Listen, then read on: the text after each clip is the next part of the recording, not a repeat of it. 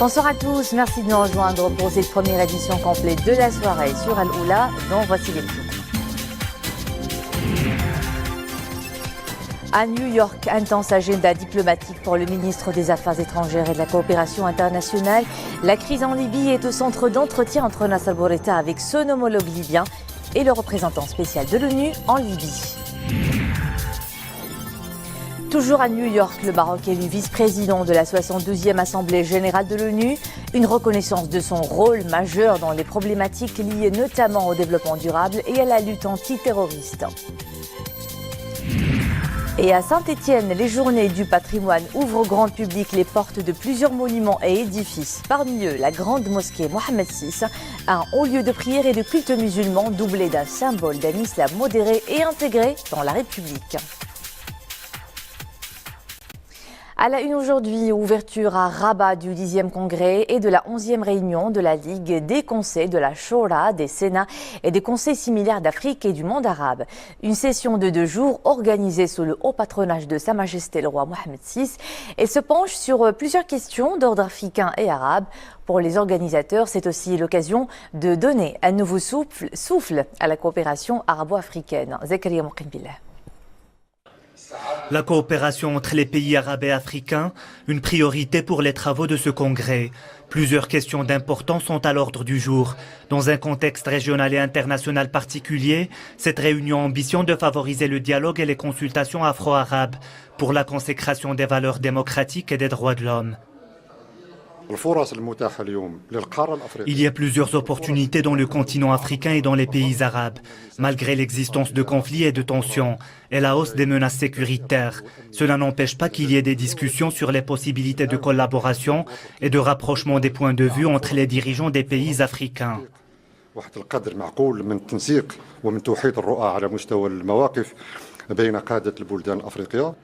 Les pays arabes et africains font face à plusieurs défis au niveau politique, sécuritaire, économique et social, d'où la nécessité de lutter contre les conflits. Les parlements ont un rôle important à jouer dans ce sens, car ils sont des relais entre la société civile et les gouvernements. C'est ça pour nous l'occasion de rencontrer nos frères des autres régions et les sensibiliser sur les problèmes de paix dans notre région. Vous savez que notre pays, notre zone et sous le coup des actes de violence de Boko Haram, ce sera l'occasion pour moi de souligner l'importance de la paix. C'est une réunion qui prend des décisions importantes relatives à la marche de l'association et on approuve le budget et aussi les rapports d'audit des exercices écoulés. Donc c'est très important pour que l'on puisse bien sûr mieux gérer les finances de l'association. Ce congrès vise à promouvoir les échanges afro-arabes, suivant une stratégie de développement participative et complémentaire, et de renforcer les intérêts économiques entre les différents pays.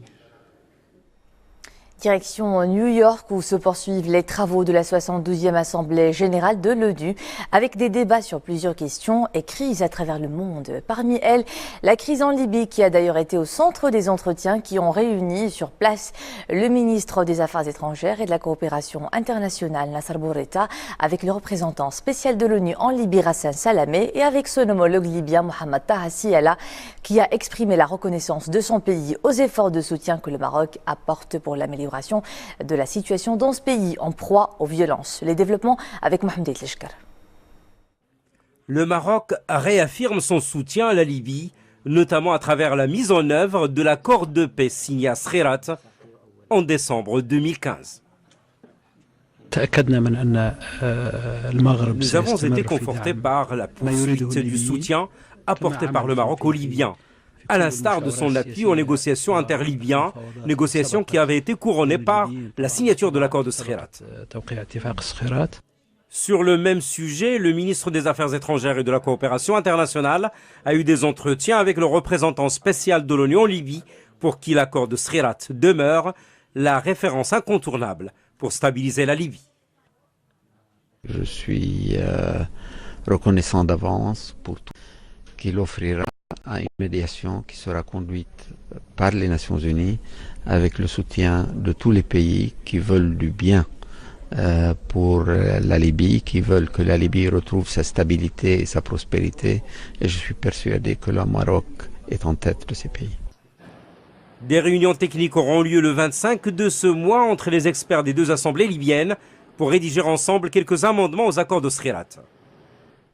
Toujours à New York et en marge de la 72e Assemblée générale de l'ONU, le Maroc a organisé une rencontre sur la coopération sud-sud face au changement climatique avec l'objectif de renforcer davantage cette coopération conformément aux engagements pris lors de la COP22 de Marrakech.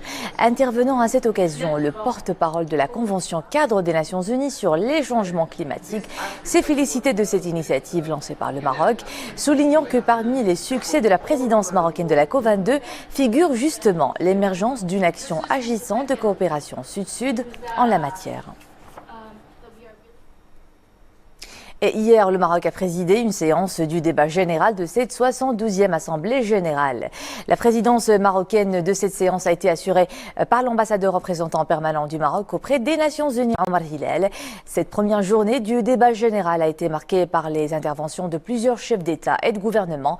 La thématique de cette session met en exergue le lien de plus en plus évident entre la paix, le développement et l'environnement, tous au centre des préoccupations de la communauté internationale. Et puis sachez que le Royaume est élu vice-président de la 62e session de l'Assemblée générale onusienne qui se tient sous le thème directeur « Placer l'être humain au cœur des efforts en faveur de la paix et d'une vie décente pour tous sur une planète durable ». Cette sélection renvoie au rôle important que joue le Maroc dans les différents débats à l'ordre du jour de la présente Assemblée et particulièrement en ce qui concerne les problématiques liées au développement durable et à la lutte antiterroriste. C'est ce que nous confirme le vice-président de cette Assemblée, l'ambassadeur représentant permanent du Maroc auprès des Nations Unies, dans ses déclarations. Alors, en ce qui concerne l'importance de cette session de l'Assemblée générale, je pense qu'il n'est plus à démontrer parce qu'il survient après l'adoption des objectifs de développement durable 2030 l'année dernière. Donc cette année, c'est l'occasion pour les chefs d'État pour voir en quelque sorte le suivi et le début de la mise en œuvre pour une évaluation franche, directe, mais en même temps pour identifier les obstacles dans la mise en œuvre. Les questions qui seront discutées, à part bien sûr des objectifs du développement durable, il y aura priorité à la question de la réforme des Nations Unies, le domaine du développement avec, comme je viens de le préciser, la mise en œuvre de l'agenda de développement durable. Mais maintenant, depuis la semaine dernière, nous avons commencé la réforme de la paix et sécurité, des opérations de maintien de la paix. Et comme vous le savez, le Maroc est un des pays fournisseurs de troupes depuis pratiquement une soixantaine d'années. Sa Majesté le roi Al-Ansro a été invité à se joindre au cercle des dirigeants qui vont suivre la question des opérations de maintien de la paix. Il y a également la question du terrorisme. Comme vous le savez, le Maroc co-préside avec les Pays-Bas le Forum mondial de lutte contre le terrorisme. Et je voudrais vous signaler surtout que le Maroc, comme vous le savez, a été élu vice-président de cette Assemblée. Donc nous allons jouer un rôle dans le cadre de nos responsabilités en tant que vice-président. Et l'un des événements marquants en marge de cette Assemblée, le vote ce mercredi passant en 22 pays du traité sur l'interdiction des armes nucléaires, mais il n'entrera en vigueur que s'il est ratifié par au moins 50 États. Le secrétaire général de l'ONU, Antonio Guterres, voit en ce traité un jalon dans le but d'éliminer la menace des armes mortelles, mais l'OTAN, dont sont membres plusieurs puissances nucléaires, estime que ce texte ignore la complexité des menaces qui pèsent sur la sécurité mondiale. Les ressortissants marocains établis au Mexique sont sains et saufs après le violent séisme qui a frappé hier plusieurs États du centre du pays, dont la capitale Mexico. C'est l'ambassadeur du Maroc à Mexico, Mohamed Shafiqi, qui le confirme, soulignant que l'ambassade a pu entrer en contact avec les membres de la communauté marocaine résidant dans les zones affectées par ce puissant tremblement de terre, notamment à Moretos, Oaxaca, Chiapas, Puebla et Guerrero. Les services de l'ambassade restent mobilisés pour s'enquérir de la situation des ressortissants marocains et leur prêter soutien en cas de besoin. La terre a donc encore une fois tremblé au Mexique. Un violent séisme a secoué le centre du pays hier avec un bilan meurtrier de 217 morts. Le séisme de magnitude 7,2 a également causé l'effondrement de plusieurs immeubles dans la capitale. Des centaines de secouristes tentent d'extraire des survivants à Mexico, mégapole de 20 millions d'habitants, qui a de nouveau tremblé au milieu des cris et des pleurs, de quoi raviver un douloureux souvenir. Cela fait en effet 32 ans, jour pour jour, qu'un violent tremblement de terre avait frappé le pays. Il avait fait 10 000 morts.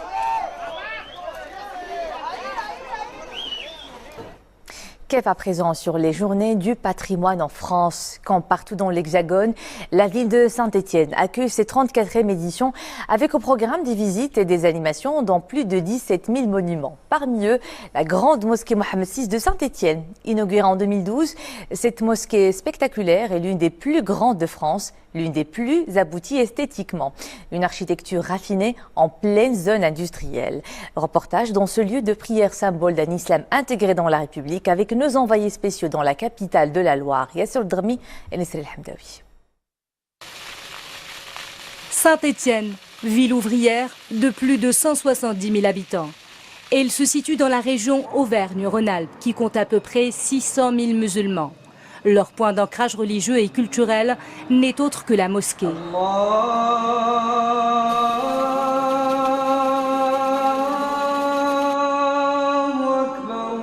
Ici à Saint-Étienne, cela fait un peu plus de 5 ans que cet imposant édifice religieux fait régner un climat de piété et de quiétude spirituelle entre les membres de la communauté musulmane.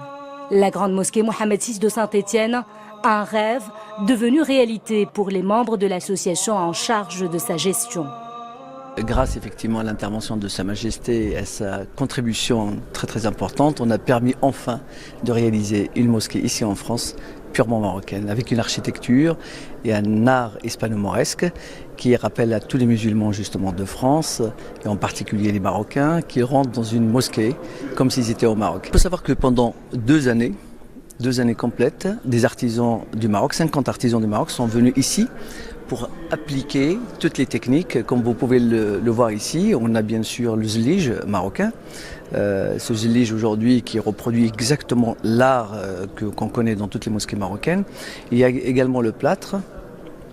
C'est du plâtre sculpté, voilà, qui permet effectivement de reproduire également tous ces dessins et ces configurations qu'on trouve au Maroc. Le cèdre, avec toute la sculpture en bois. C'est la plus grande mosquée de la région Auvergne-Rhône-Alpes. Elle trône au cœur de la ville de Saint-Étienne et elle est baptisée du nom de Sa Majesté le Roi Amir el-Mominine. Le message est on ne peut plus fort. À l'image du royaume chérifien, la grande mosquée Mohammed VI de Saint-Étienne promeut un islam du juste milieu, conforme aux valeurs d'ouverture.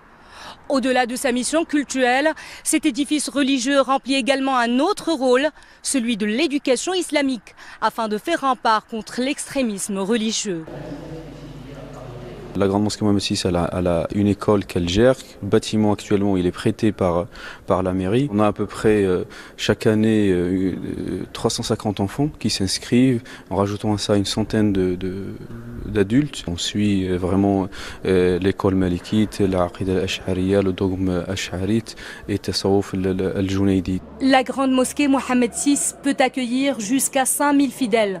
Pour les musulmans stéphanois, disposer d'un lieu de culte propice à l'exercice digne et paisible de leur religion est une véritable aubaine. Je suis très content de voir une si grande mosquée, une si belle mosquée à proximité de chez moi, ici dans cette petite ville de Saint-Étienne, qui est ouverte tout le temps et puis à tout le monde. Je psalmodie le Coran dans cette mosquée et puis avec nous il y a des Sénégalais, il y a des Algériens et puis moi je suis syrien. Majestueuse et fière, la grande mosquée Mohammed VI se dresse à quelques encablures d'une église.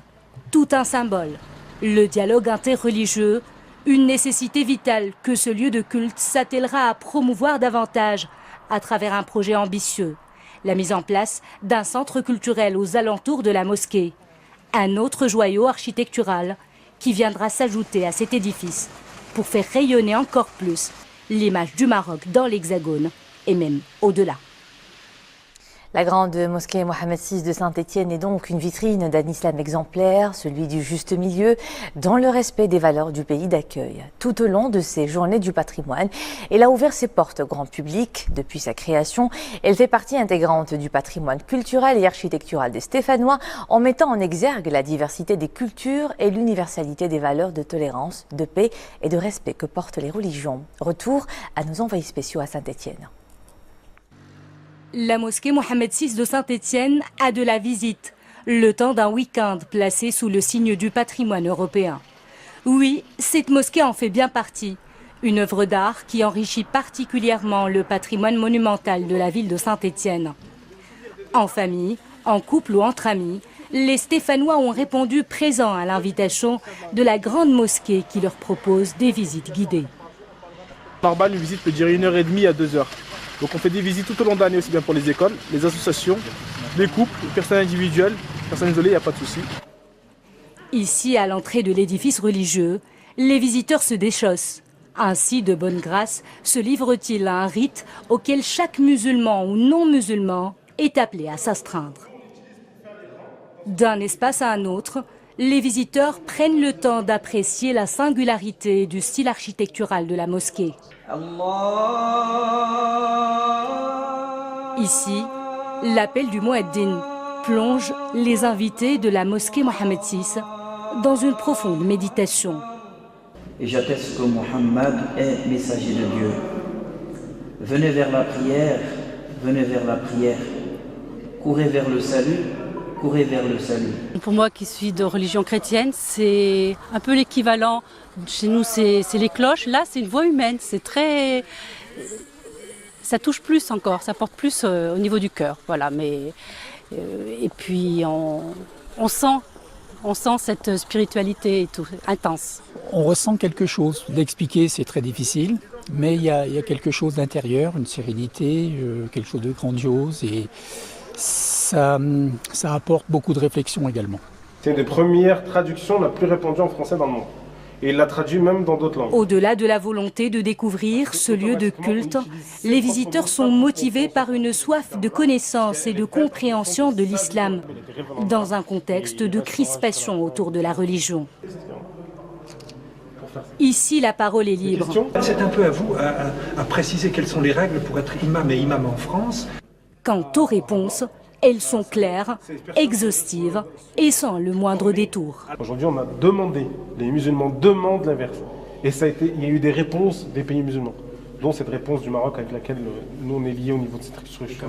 J'ai eu de très très belles explications sur, je dirais, beaucoup d'explications par rapport à la religion musulmane, des explications sérieuses, très sérieuses. En sachant que dans le contexte d'aujourd'hui, ça fait du bien d'entendre ça. La deuxième chose, c'est que j'ai appris qu'elle était en fait ouverte au public en permanence, sauf les heures de prière. Et ça, je trouve ça formidable. Je ne le savais pas. Et je reviendrai.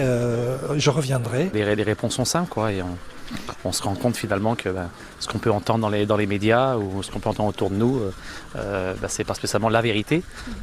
Et de venir au cœur comme ça de la mosquée, eh bien, on peut essayer d'avoir un peu quels sont les messages justement qui sont véhiculés dans ce Coran. Je suis très fier de cette journée. C'est cette journée qu'il fallait la refaire pas mal de fois par année pour expliquer certaines ambiguïtés aux gens. C'est quoi l'islam? À quoi sert l'islam?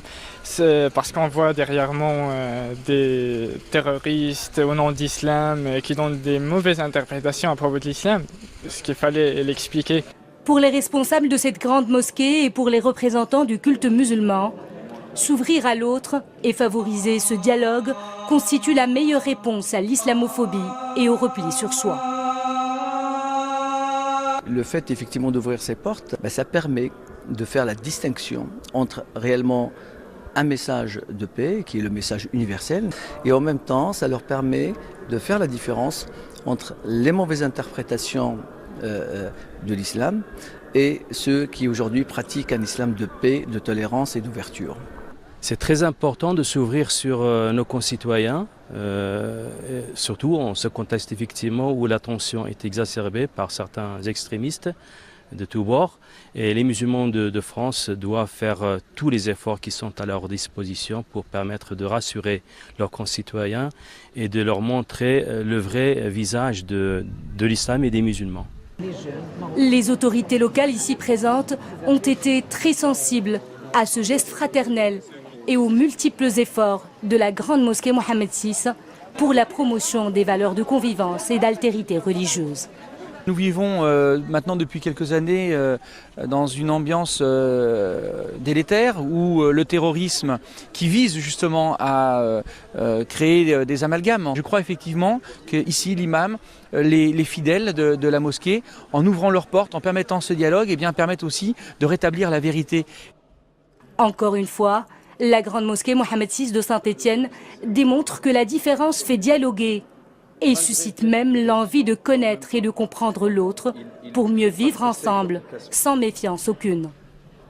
Les portes de cette belle mosquée resteront ouvertes tout au long de l'année, en dehors même des journées du patrimoine.